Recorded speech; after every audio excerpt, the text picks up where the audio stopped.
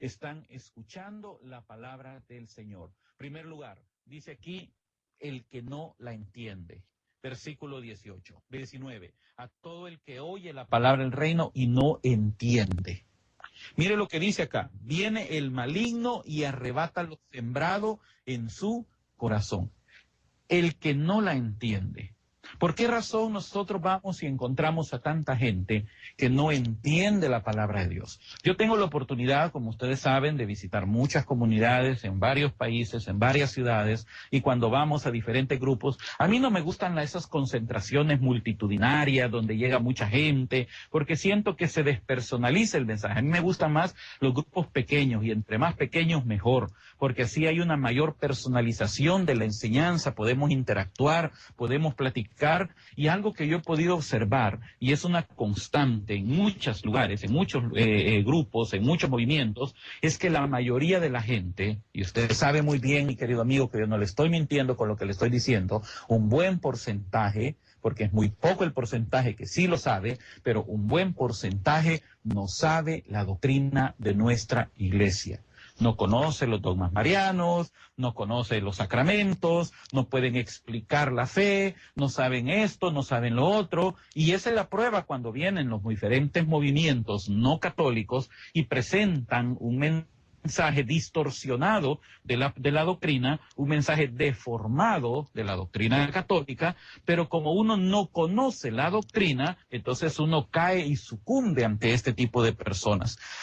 En Managua, el miércoles en la noche, antes de venirnos, nosotros regresamos a El Salvador el jueves en la noche, cuando estábamos allá, propiamente en la ciudad, que ya veníamos de estar afuera, en el interior del país, nos quedamos hospedados en la casa de unos muy buenos amigos, y cuando estábamos ahí, este amigo, el domingo, había recibido la visita de unas personas de esta congregación, de esta secta llamada los Mormones, la Iglesia de Jesucristo, de los Santos, de los Últimos Días, como ellos se han llamado.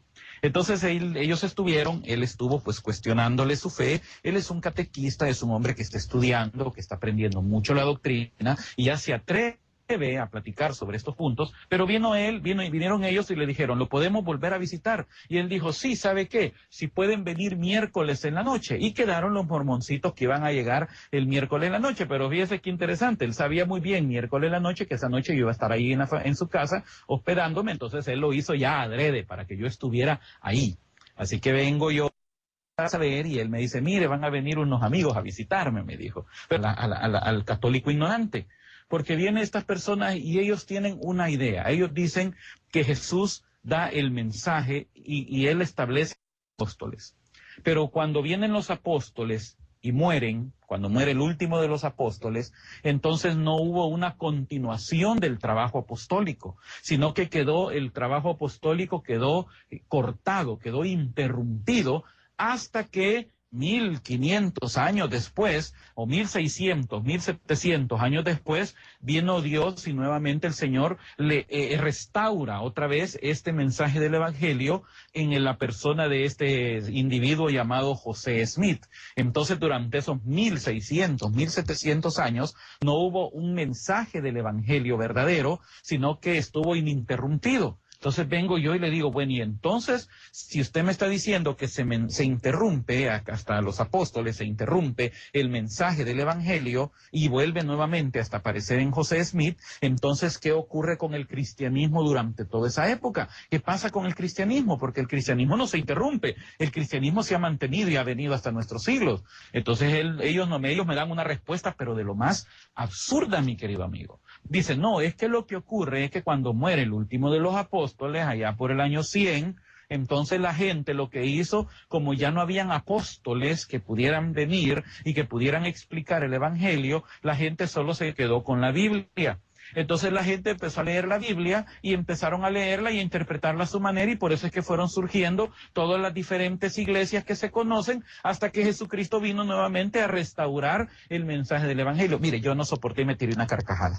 Y yo le tuve que decir, bueno, ¿usted me está hablando a mí en serio? ¿Está siendo serio con lo que me está diciendo? ¿A ustedes les enseñan la historia? ¿Les enseñan realmente la historia universal? ¿Les enseñan esto? Sí, me dijo él con toda seguridad. Entonces, ¿usted conoce la historia de la Biblia? Le dije yo, todavía con un poco de incredulidad. Y él con mucha seguridad me dijo, claro que sí, hemos estudiado la historia de la Biblia. Entonces, si la conoce, ¿por qué me está diciendo usted a mí de que cuando muere el último de los apóstoles en el año 100, la gente se quedó leyendo la Biblia y por eso fundaron todas las iglesias? Si no hubo Biblia por 400 años dentro de la iglesia, fue hasta en el siglo IV o siglo V que la iglesia católica establece la Biblia, establece el canon de la Biblia. Y a partir de ahí, un poco la gente tuvo acceso a la Biblia porque no habían imprentas hasta que apareció Gutenberg, pero no hubo acceso pleno a la Biblia hasta que se industrializó la impresión de la Biblia. Entonces, ¿cómo me puede usted decir a mí que la gente leyó la Biblia si ni siquiera había una Biblia en esa época? Mire, qué tristeza, querido amigo, que esta gente esté tan engañada, pero ande engañando a otros. Entonces, ¿qué pasa con el católico promedio que no conoce la doctrina, que no conoce la historia de la Biblia, que no conoce la historia del canon? Y llegan este tipo de personas a visitarlos y les presentan con mucha seguridad, porque a mí me lo dijo pues con toda desfachatez y seguridad de que sí había estudiado la historia y conocía.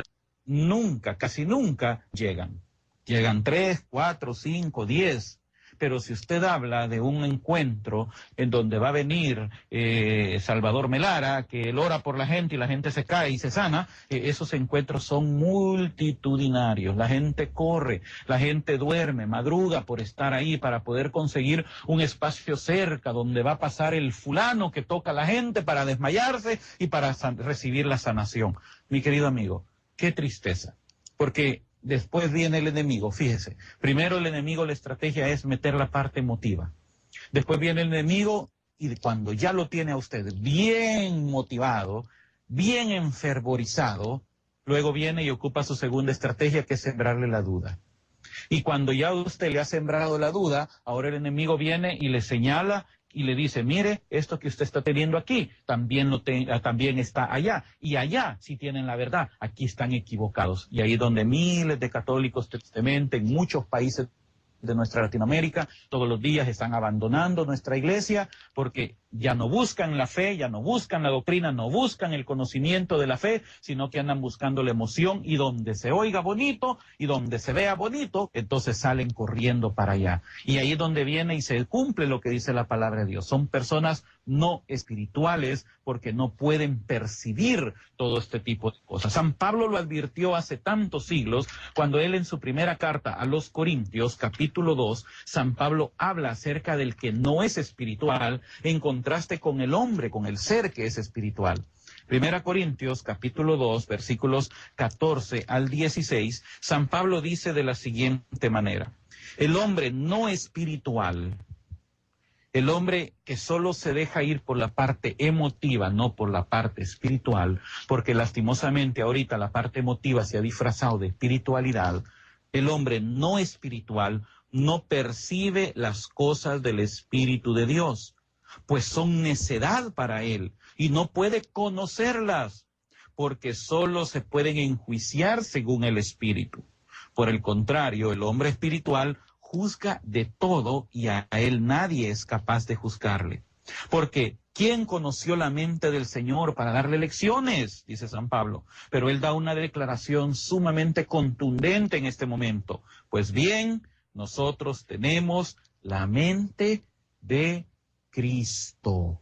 Y es palabra de Dios, mi querido amigo. El hombre que no es espiritual, el hombre que es carnal o emotivo, no puede percibir, no puede entender, no puede conocer las cosas que son de Dios, porque simplemente su parte carnal es la que ha predominado y no logra entender los misterios de Dios. Por eso es que este tipo de personas andan buscando la expresión sensorial, la sensación que se pueda percibir, que se pueda sentir, pero no buscan la parte espiritual, no buscan conocer estos misterios. Y también en la epístola a los Hebreos, capítulo 5, se habla precisamente también sobre esta situación. Por eso es importante, es necesario recibir la instrucción, es necesario que nosotros seamos católicos realmente instruidos. Y hay una premisa, hay una idea por ahí que dice que un católico instruido nunca será confundido, y es algo bien serio esto. Dice el libro, la epístola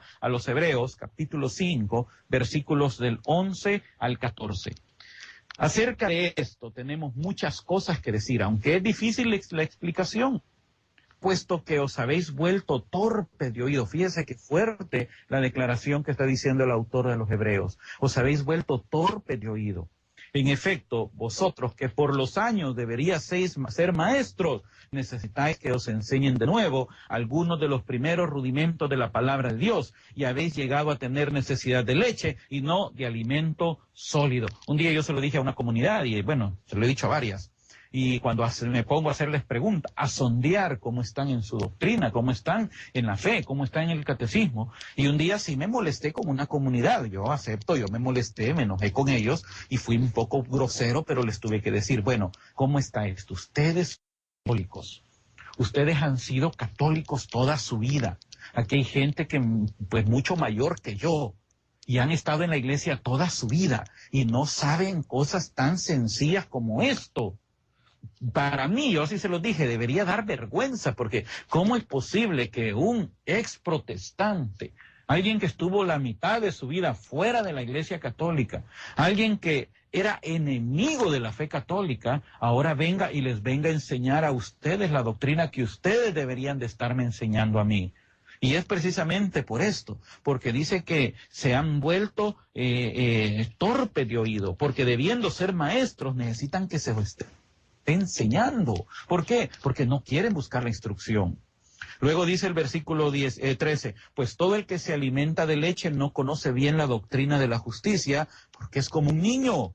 En cambio, el alimento sólido es propio de los perfectos, de los que poseen sus facultades bien desarrolladas para discernir el bien y el mal. Y aquí viene el gran problema que se tiene en muchos lugares. Cuando uno viene con doctrina, cuando uno viene con teología, cuando uno viene con la Biblia, cuando uno viene con el catecismo, a un grupo de personas que solamente, pero aquellos todavía se alimentan de lechita, porque no tienen el discernimiento, porque no han querido profundizar en el conocimiento y en la doctrina de la palabra de Dios. Entonces este tipo de personas, de acuerdo a la explicación de la parábola, no entienden la palabra. Y al no entender la palabra, entonces allá viene el maligno y arrebata esto que fue sembrado en el corazón.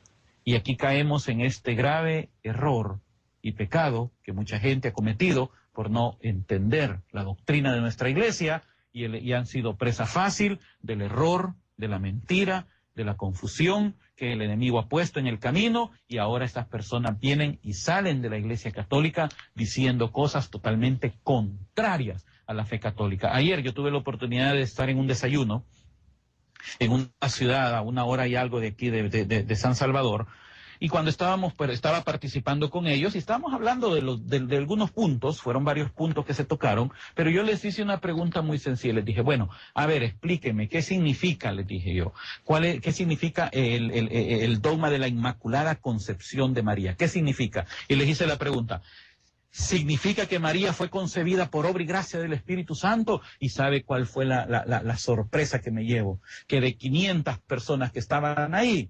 450 dijeron que sí, mi querido amigo. 450 personas dijeron que el dogma de la Inmaculada Concepción significa que María fue concebida por obra y gracia del Espíritu Santo. Esta persona después, cuando se hace protestante, viene y después anda diciendo, ¡ah, qué burla! El único concebido por el Espíritu Santo es Jesucristo, y cuando era católico a mí me enseñaron que también María fue concebida por el Espíritu Santo. Mi querido amigo, María no fue concebida por el Espíritu Santo, ella fue concebida naturalmente por sus padres, Joaquín y Ana. Pero qué triste cuando un católico no conoce su doctrina, y luego se la deforman fuera de la Iglesia Católica, y después se burla y ataca y critica la doctrina católica simplemente porque nunca la entendió. Vamos a hacer una pequeña pausa. Yo sé que este tema está ardiendo ahorita con algunos. Les pido su perdón si se les está ofendiendo, pero más que todo les pido que el Espíritu Santo pueda redarguir y pueda llevarnos juntos a toda verdad. Recuerde que es un programa en vivo y usted puede participar marcando el 260-3000. Así que vamos a una pausa y después puede venir al 260-3000